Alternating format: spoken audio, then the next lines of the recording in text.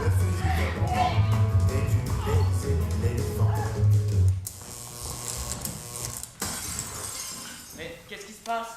Pourquoi aucun patient ne rentre dans mon cabinet? Bah, le spot ne s'allume plus. Quel foutoir, il faut le réparer tout de suite. Y a-t-il parmi vous un électricien? Oui, nous. Bien, parfait, venez avec moi. Le spot ne s'allume plus. Qu'est-ce qu'il y a?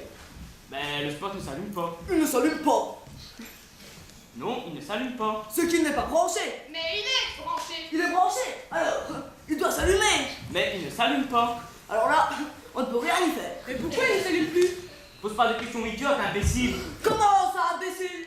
Il est déjà en apprentissage. Mais en fin de compte, c'est bien vous le professionnel. Moi, oui. Mais lui, non. Lui, c'est l'apprenti professionnel. On s'en fiche, lui, de ce qu'il est. En fait, c'est votre aide. Oui, oui. Ayez l'amabilité de jeter un coup d'œil. Jeter un coup d'œil, ça on peut. Mais qu'il s'allume sur un simple coup d'œil, ça j'ai du mal à y croire. Peut-être qu'il est fichu. Vraisemblablement, il est fichu. Vraisemblablement, il est sûrement foutu. Maintenant, arrêtez votre bavardage et que dans 5 minutes, le spot s'allume. Il faut bien 5 minutes rien que pour jeter un coup d'œil. Oui, il me faut bien 5 minutes pour examiner. Il se peut, si une ligne est foutue, qu'on soit obligé de poser un câble, démontrer ça. Rendez-vous compte, pour une telle réparation, il nous faudrait... Combien de temps nous faudrait-il pour ça? Fou, il me faudrait pas mal de temps. Oui, de 2 à 8 jours. Je vous donne 10 minutes et que dans 10 minutes, le spot s'allume. Vous n'avez qu'à le réparer provisoirement. Bon, provisoirement. Je reviens dans 10 minutes et que dans 10 minutes, il s'allume. Bon, revenez tout de suite. Toi, va dans la camionnette et rapporte-moi le maître.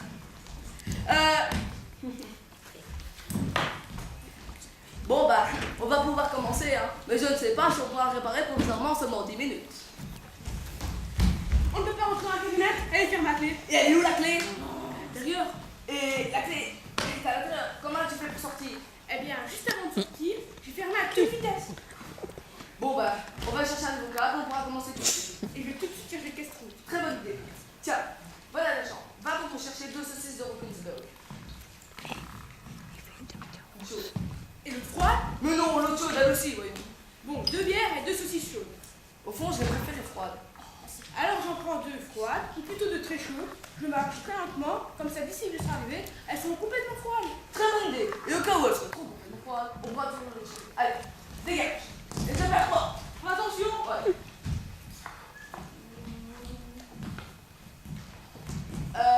Vous pouvez pas m'aider?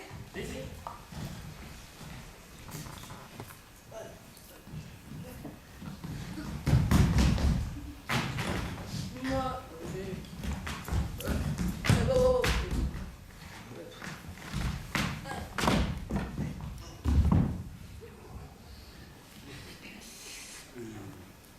alors? Clara, Clara, je trouve pas mes lunettes. Où sont mes lunettes? Hier, je les ai vues dans la cuisine. Comment ça hier? Il y a une heure, j'étais encore en train de lire avec. C'est bien possible, mais hier, tes lunettes étaient dans la cuisine. Ne raconte pas des insanités. À quoi est-ce que ça m'avance que mes lunettes elles étaient hier dans la cuisine? Si je te le dis, c'est simplement parce que tu as laissé plusieurs fois tes lunettes dans la cuisine. Plusieurs fois? Je les ai laissées souvent, mais ce que je veux savoir, c'est où elles sont maintenant. Ça, je ne sais pas, elles sont sûrement quelque part. Quelque part. Mais pour sûr qu'elles sont quelque part, mais où est-ce quelque part? Ça, je ne sais pas non plus. Je sais qu'elles sont ailleurs. Ailleurs, c'est bien quelque part. Ne dis pas de telles subtilités. Ailleurs ne peut quand même pas être en même temps. Ailleurs et quelque part. Je peux vous emprunter, vous. C'est celle-là? Non. Celle-ci? Ah mais non. S'il vous plaît. C'est celle-là? Ah ben non.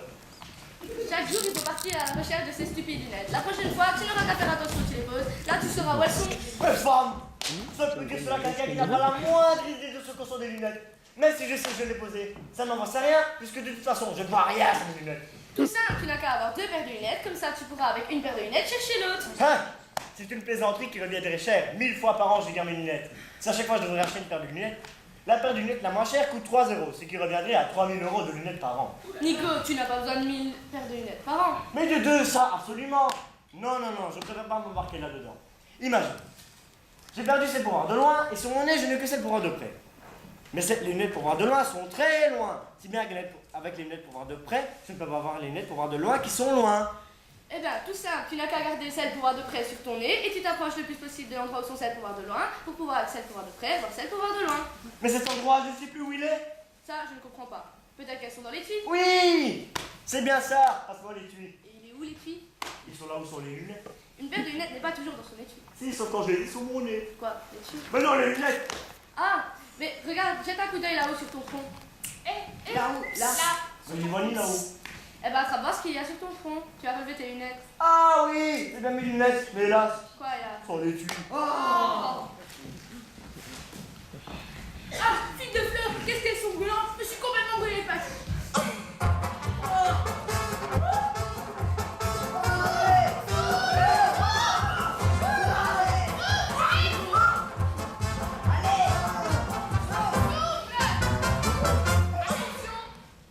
Alors, qu'est-ce qui se passe? Vous avez mal au ventre?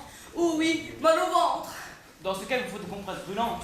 C'est qu'elles sont vraiment très brûlantes. Alors, où en êtes-vous avec le spot? Il s'allume maintenant? On ne peut pas commencer, on n'a pas d'outils. Ben, allez, les chercher.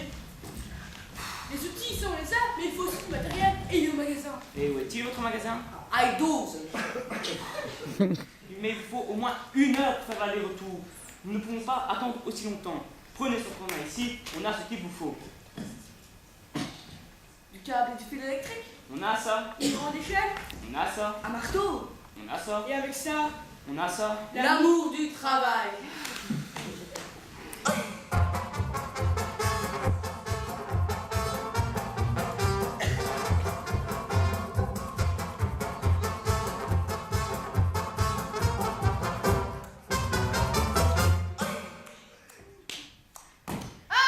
Si vous n'êtes pas capable de manger en faisant moins de bruit, à l'avenir, bouffez chez vous, pas dans une salle d'attente. Je ne demanderai pas mieux, mais ma femme ne supporte pas la déglutition, la mastication et tous les autres bruits du repas.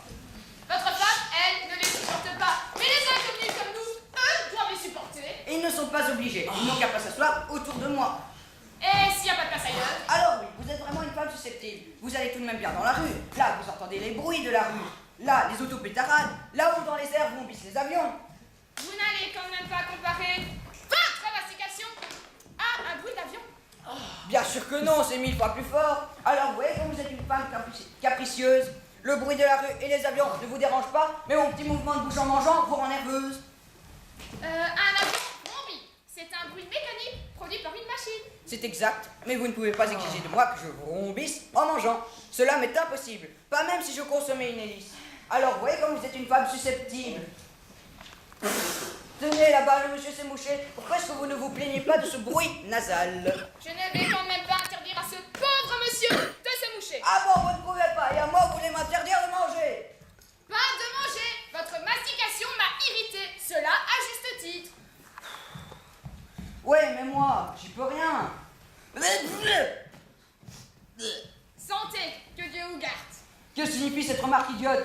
Eh bien, quand quelqu'un éternue, on lui dit santé. Ça, je trouve ça très curieux. Pour un bruit nasal qui d'ailleurs n'est pas très hygiénique, vous dites santé. Et la mastication en mangeant vous irrite. Pardon. Qu'est-ce que je dois vous pardonner? Ah bah, j'ai eu le hoquet. Hoquetez tant que vous voulez, mais je ne suis pas aussi puéril que vous pour être irrité par votre hoquet. Eh ben, dis donc, tout y passe. Tenez-vous donc correctement. Mais votre hoquet ne m'a pas irrité, moi. Et puis, ce n'est jamais que de l'air en trop. Eh bien, faites échapper cet air que vous avez en trop, mais pas en ma présence. Tenez-vous-en à l'avenir. Peu. Quoi?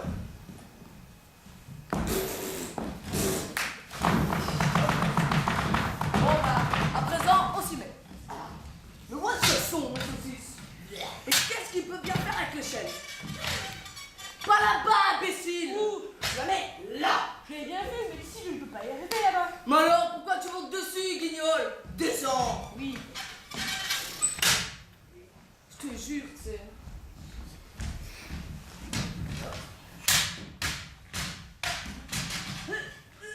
Ah, mais moi non plus, je ne peux pas y arriver. Il me faudrait une échelle ronde pour faire le tour de la tour.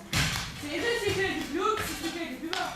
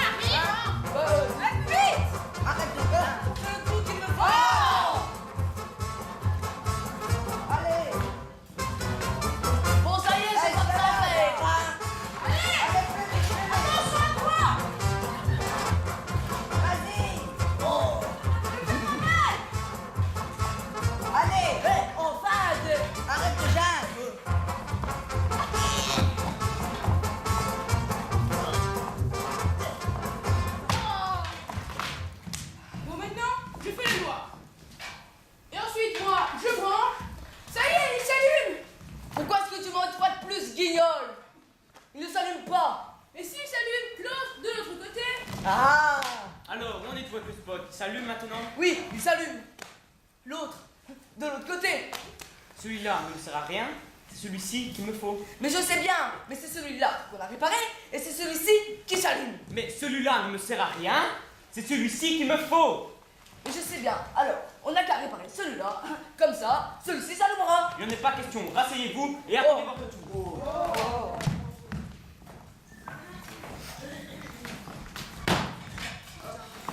Allez, on y va. Non. Oui.